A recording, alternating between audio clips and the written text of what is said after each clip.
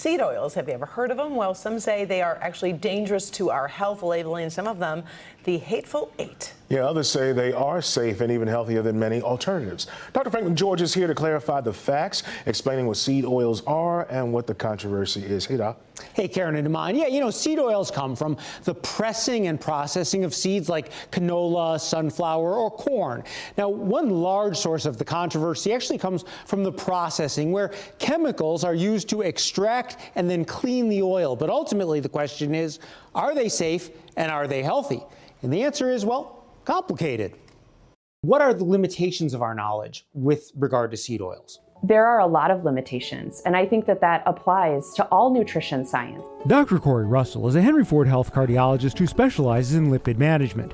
One of the big concerns that people have is that the way that it's processed may be harmful, that high levels of it may be harmful, that it can increase inflammation in the body. And that's related to the amount of omega-6 fatty acids. Remember, it's omega-3s that are healthiest. A lot of the seed oils do have really high levels of omega-6. Now, it's still hard to parse out whether or not the omega-6 is causing inflammation and things like that. But I think certainly if you were to really substitute almost a lot of your food for seed oils and have that be the mainstay of your diet, I think that that could have negative consequences. The true answer, though, is that we don't know. So, are the concerns over seed oils, and particularly the Hateful Eight, canola, corn, cottonseed, grapeseed, soy, rice bran, sunflower, and safflower oil, well justified? I do not think that there's enough data to support that the Hateful Eight are things that are going to cause harm, especially if you're using them in normal everyday cooking,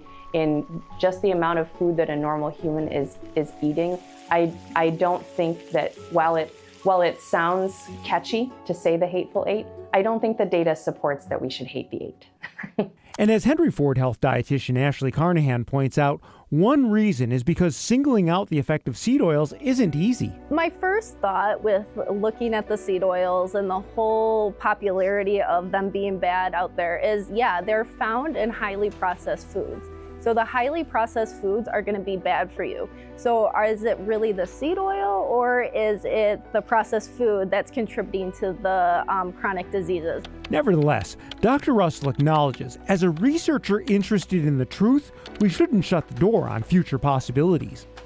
To play devil's advocate a bit, we don't know what we don't know yet about seed oils.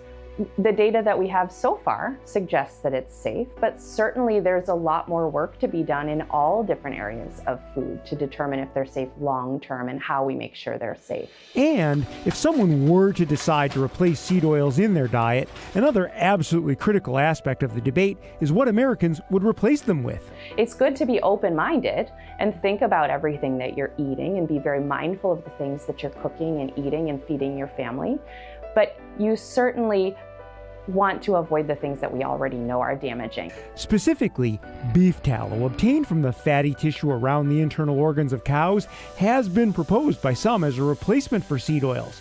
A bad idea, according to Dr. Russell. If we used things like butter, ghee, beef tallow, all of the animal products, there's very good data already that shows that our risk of heart disease and stroke and peripheral artery disease, even things like insulin resistance and fatty liver disease, those diseases would all become more prevalent. What I would tell my patients is there is not enough data right now to say that seed oils are harmful.